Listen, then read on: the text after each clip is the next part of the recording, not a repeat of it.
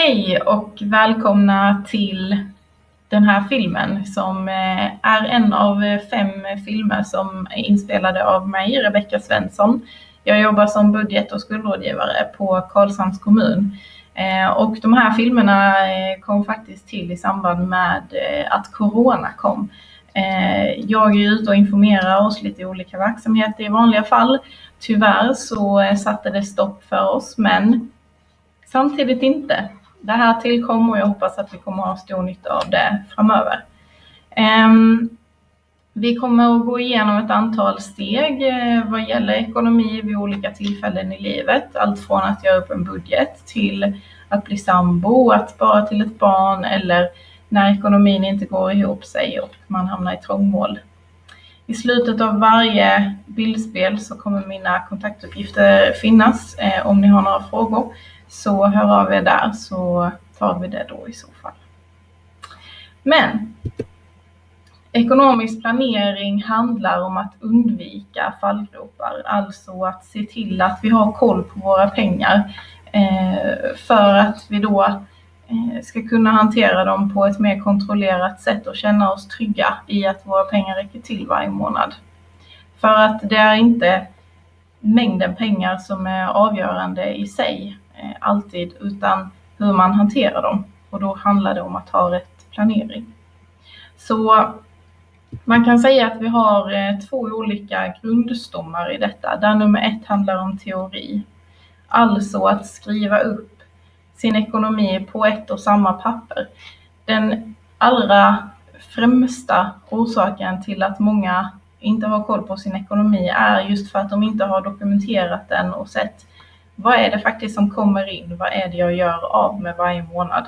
Och det gör du enklast genom att sätta dig ner, ta fram ett papper, skriva ner siffrorna.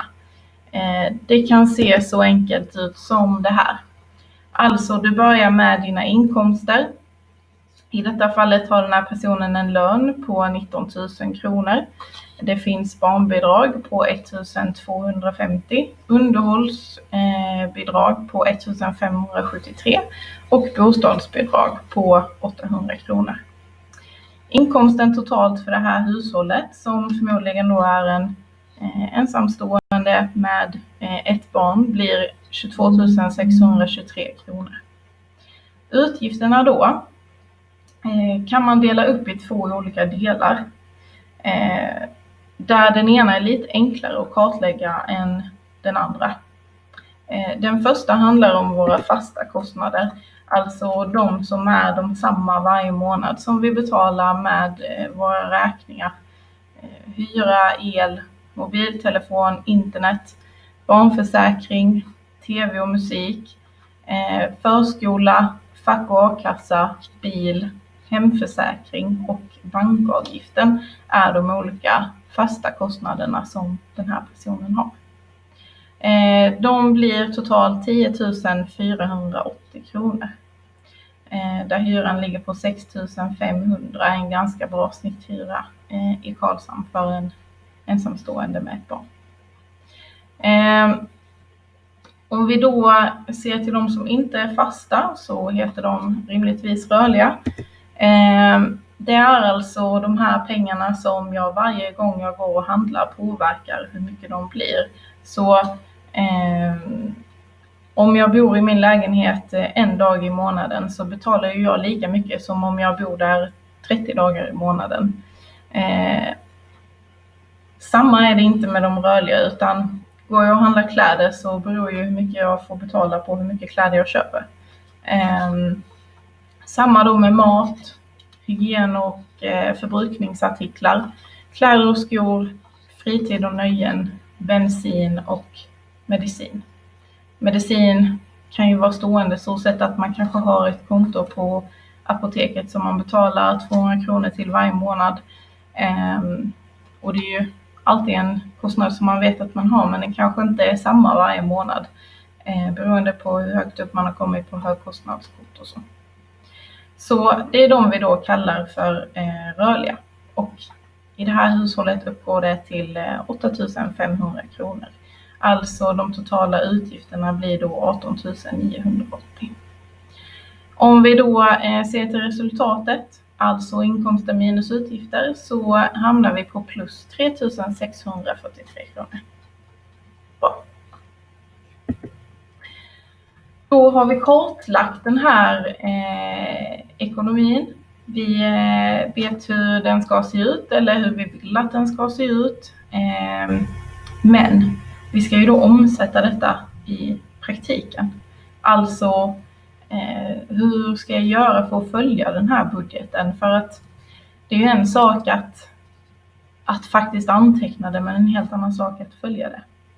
Det är lite som att göra upp en plan för hur jag ska göra ett träningspass, men jag har liksom ingen riktig strategi för hur ska jag kunna ta mig till det där träningspasset. Hur ökar jag min motivation? Vad ska jag ha för knep för att luras in till att faktiskt göra det här som jag nu har satt upp? Så det här hanterar man enklast i dagens samhälle då, där man använder kort för att betala saker och ting och via internet med att ha flera konton. För att bara ha ett och samma konto är en fallgrop som kan leda till väldigt stora bekymmer. Genom att vi då skapar flera olika slags konton så kan vi också dela upp våra pengar och organisera upp dem på ett vis som gör att vi får mer koll. Så konto nummer 1 handlar om att jag har ett kort kopplat till, och det är därifrån mina rörliga utgifter kommer gå. Konto nummer 2 är därifrån jag betalar mina räkningar, alltså mina fasta utgifter. Och konto nummer 3 är ett sparande. Och de här 3 kontona som minst tycker jag alltid att man ska ha. Sen kommer jag komma med ett förslag nu på hur man kan göra den här lilla kontoflödet, för att pengarna går in, hur de fördelas och så vidare. Men att ha det här som grund är alltid bra. Sen finns det ju vissa som har ett konto som är bara för bilen, eller ett konto för resor som man sparar till, eller ja, det bestämmer man såklart helt själv, och det märker man med tiden vad som funkar. Så förslaget då ser ut som följer. Pengar, alltså inkomster, går in på konto nummer 2 där de fasta utgifterna går utifrån. Inkomsten här var ju 22 623 kronor. Därifrån betalar jag de här fasta utgifterna som var på 10 480. Jag gör en överföring samtidigt på 8 500 kronor till mitt kort, vilket ju var summan av de rörliga utgifterna, som funkade fint och min budget gick ihop sig. Men jag får inte handla för mer än det, för att då vet jag att jag har överskridit det som min budget var satt till. Så genom att då föra över det här som egentligen är det som jag bara kan göra av med, så vet jag att när pengarna är slut där så kan jag inte handla mera. Och då kan jag inte överskrida min budget.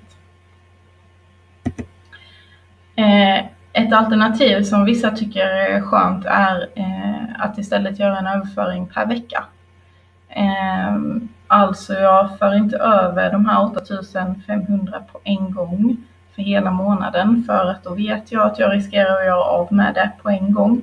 Och så står jag där sista veckan och har inga pengar att handla saker med, ens till mat. Eller medicin om det skulle te sig riktigt illa.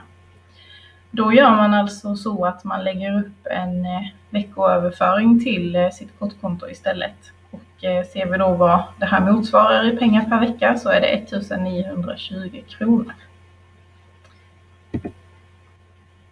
Till mitt sparande då lägger jag det här överskottet 3 643 kronor.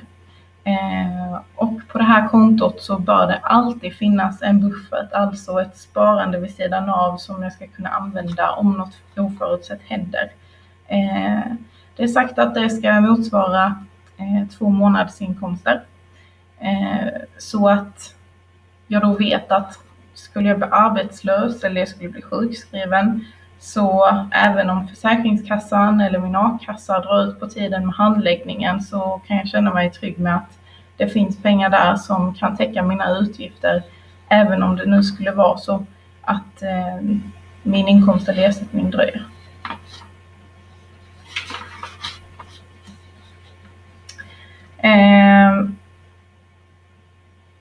Så i stort sett är det här som är grunden och som jag tänkte presentera idag. Sitter ni i gruppen nu får ni jättegärna diskutera, gör ni så här idag? Om ni inte gör det, varför inte? Har ni funderat på det men inte kommit till skott? Vad beror det på i så fall? Ni kanske tycker det här är en superdålig idé. Varför då? Vad skulle ni föreslå istället? Kom med egna tankar och idéer. Så ses vi i video nummer 2. Så, tack så mycket. Här finns då mina kontaktuppgifter. Om du bokar tid så gör du det via 0454 56 32 32. Och det finns då öppet måndag, onsdag, torsdag, fredag mellan 9:30 och 11:30. Eller kontakta mig på min e-post. Tack så mycket.